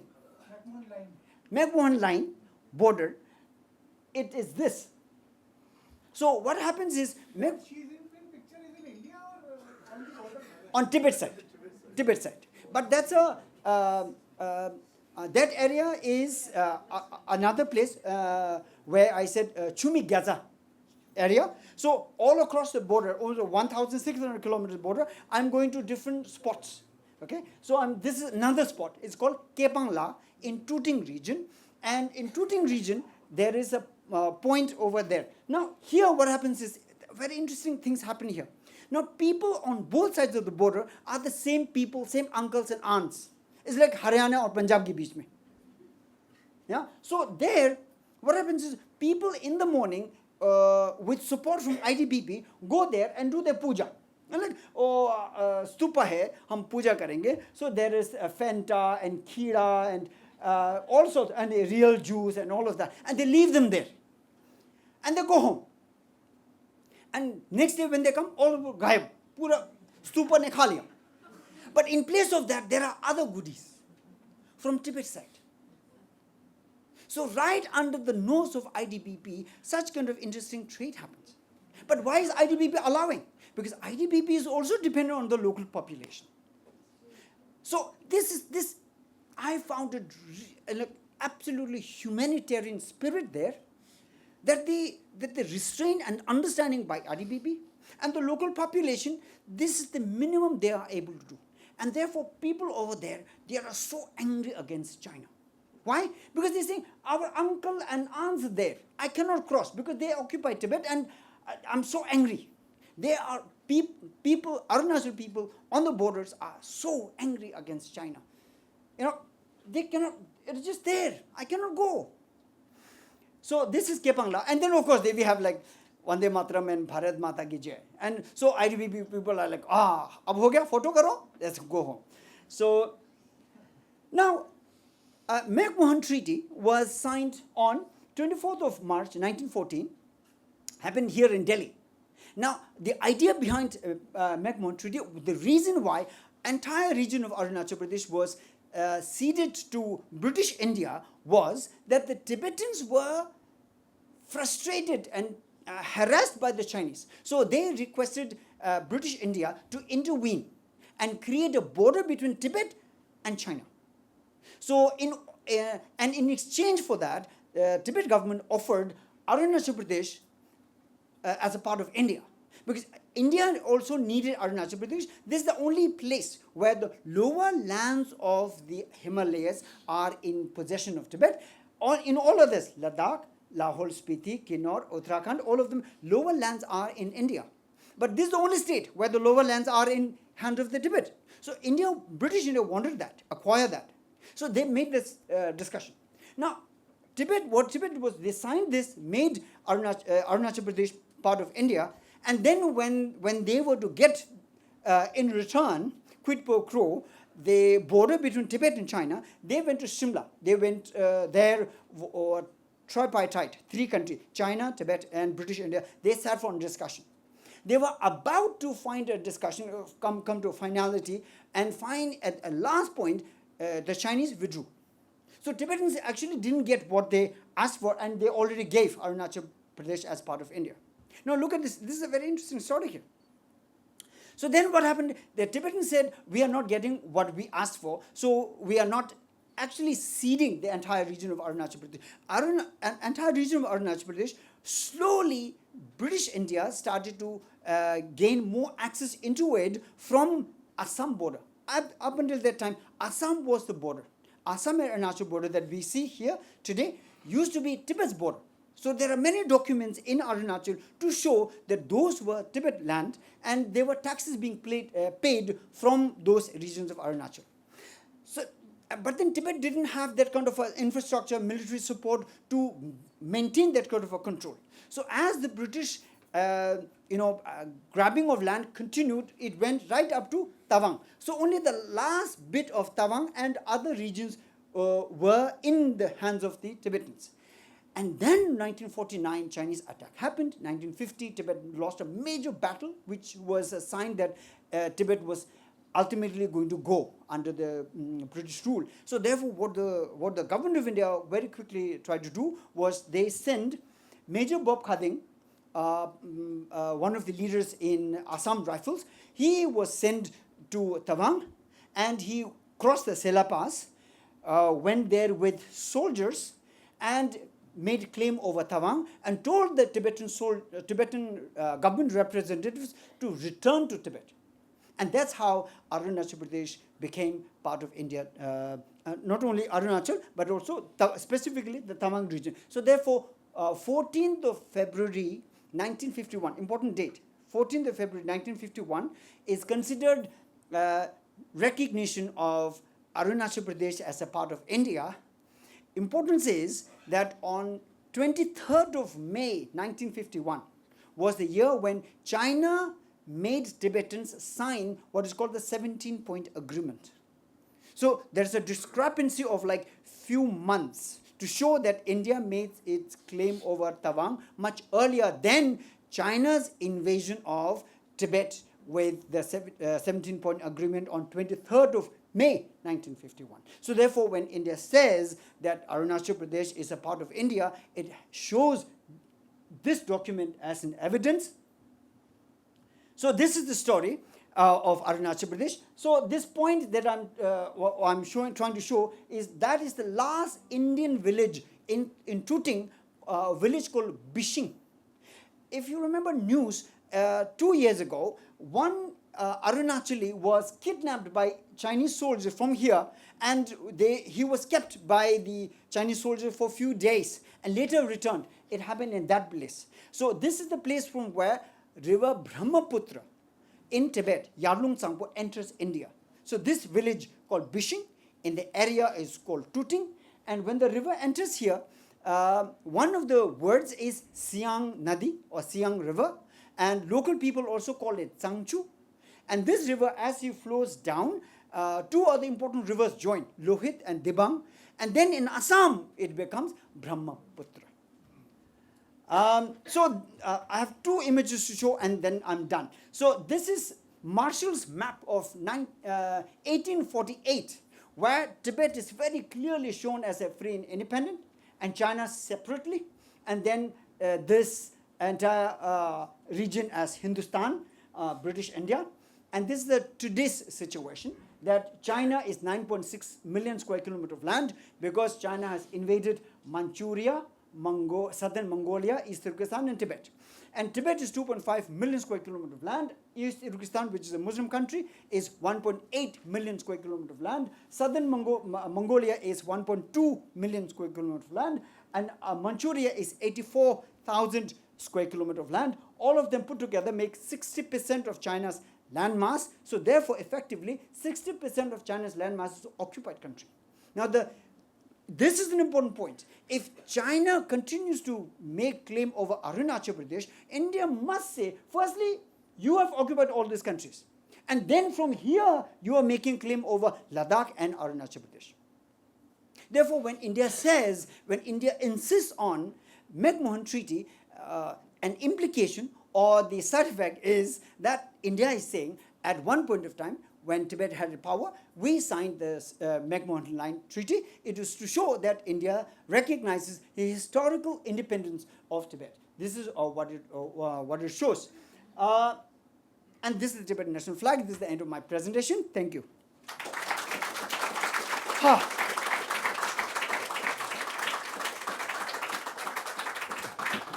Thank you. Hello. Yeah.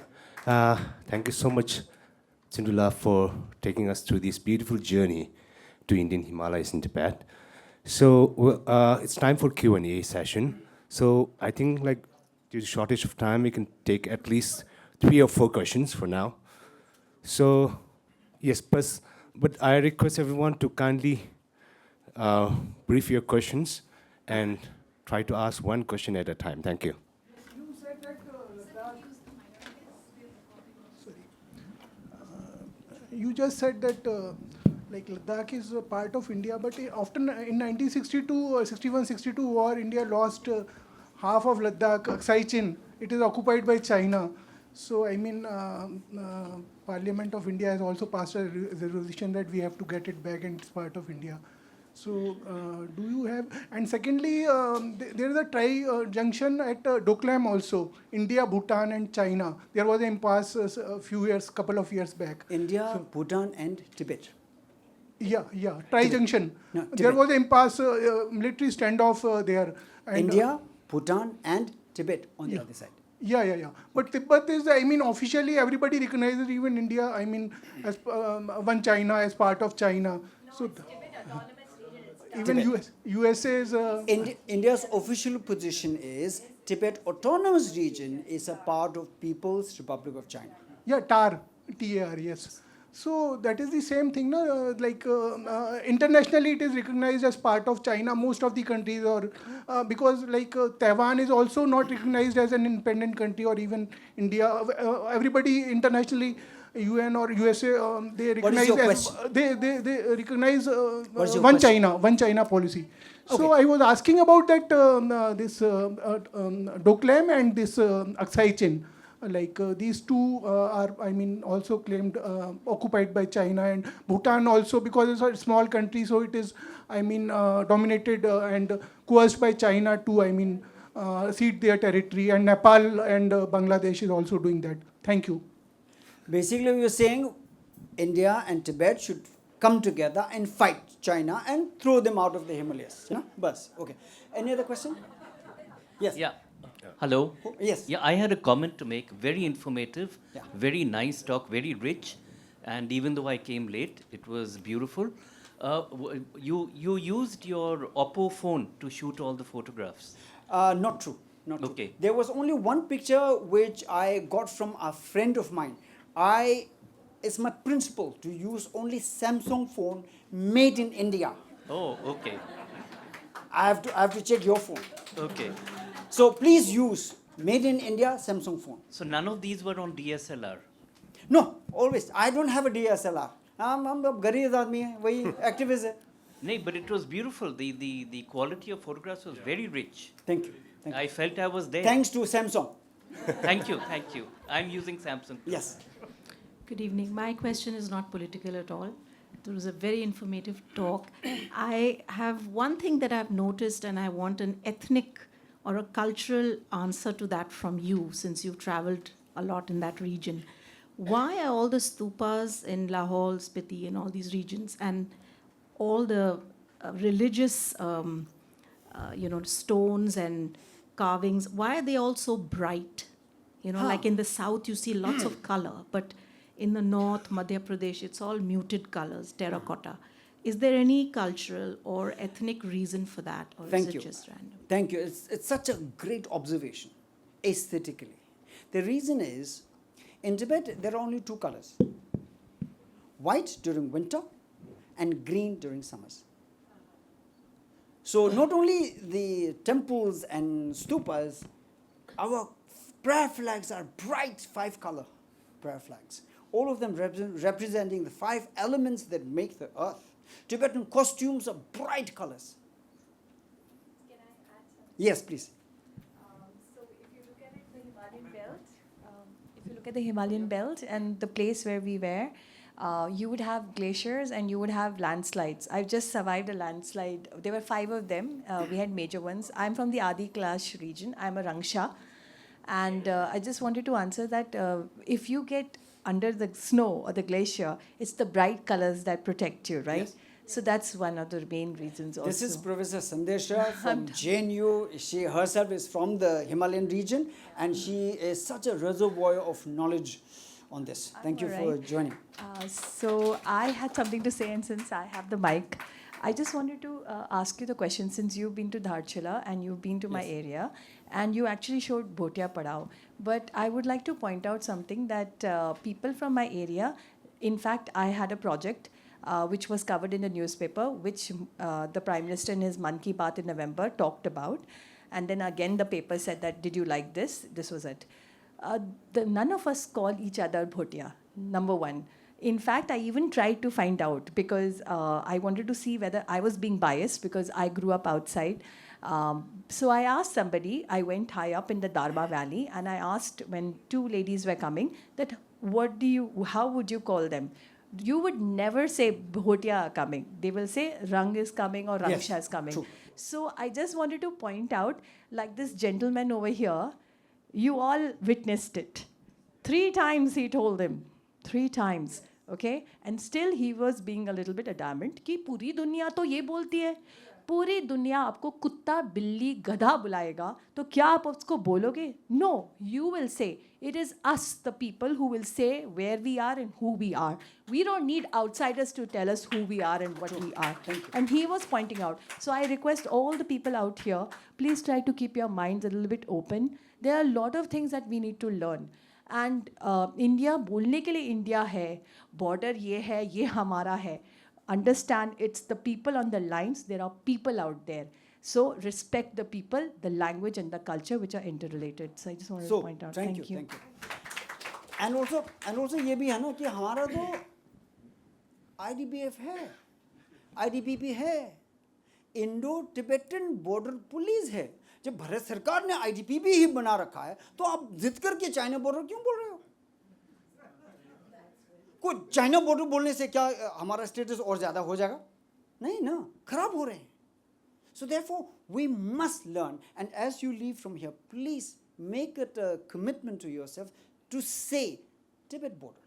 Because if you say China border, वो कल अरुणाचल लेके जाएगा, आप चुप रहेंगे.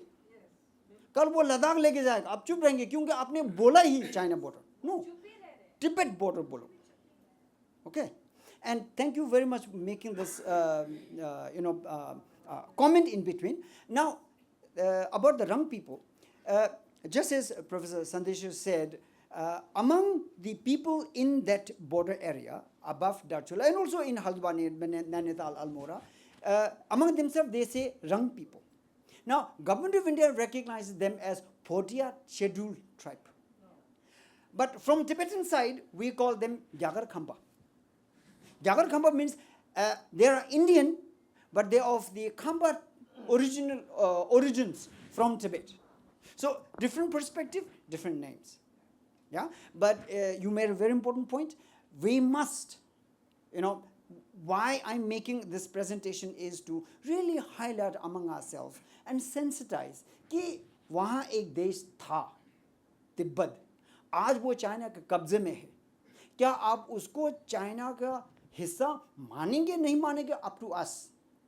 But then if we don't, if we say वो तिब्बत था, तिब्बत है, तिब्बत रहेगा, then there is a possibility for us. At least we Tibetans don't give up. So therefore our ultimate goal is make Tibet free and independent, और भारत तिब्बत की वो जो मैत्रिता और वो पहले हमारा वो भाईचारा का रिश्ता था वो फिर से कायम करना है, वो हमारा सपना भी है. Thank you. Sir, my question is about the lost kingdom of Guge. Do you heard about that? Yes. So what is the reason of fall of the kingdom? Because at one time it is so big and suddenly the kingdom let this is be fall. the last question and then we'll do. Yeah. Kingdom is fall. I got it. Thank you. See, Guge kingdom, there are many different versions, many different studies, and there's no conclusion. And I cannot make any conclusive comment here. But then some people say there were internal wars and collapse of the kingdom. Some people say it was because of climate crisis, major climatic condition happened where the entire civilization came to an end, but it's a mystery, and a lot more research is needed to be done here. So in that way, that is the conclusion. Now, I have some books outside. Besides being the activist, I write poetry, really good poetry and stories. So my books are outside. Please buy a copy for 50 rupees. This is the cheapest book in the world. Just buy a book from outside. Thank you so much. Thank you everyone for your questions, and thank you Tsundue, for answering all the questions. I just request my colleague Sonamla to kindly deliver a word of thanks before we end today's session. Thank you. Hello everyone, Tashi Delek. I will just take a few minutes on behalf of the Foundation for Universal Responsibility of His Holiness the Dalai Lama. I would like to extend our heartfelt gratitude to Tenzin Tsundue for such an insightful and enriching presentation on the topic, the Indian Himalaya and Tibet. It was very interesting and visual presentation and talk on geography and culture, historical ties of the Himalayan regions with India. It was very interesting and insightful for us. And his work, I think, will greatly contribute for preservation and nurturing the cultural ties between the Himalayan region of India and Tibet. And we would like to thank India International Center for collaborating with us for this event. Particularly our special thanks to Tete ma'am, who is part of program department. And we would like to acknowledge Syncline for recording today's session. And we thank our honorary trustee who started this session, and due to his health issues, I was supposed to sit here just on behalf of him. It was grateful for him. And we would like to thank our trustee, Mr. Rajiv Mehrotra, for his unwavering guidance to the foundation's team. Most of all, I would like to thank everyone present here for being such a wonderful audience. Thank you very much.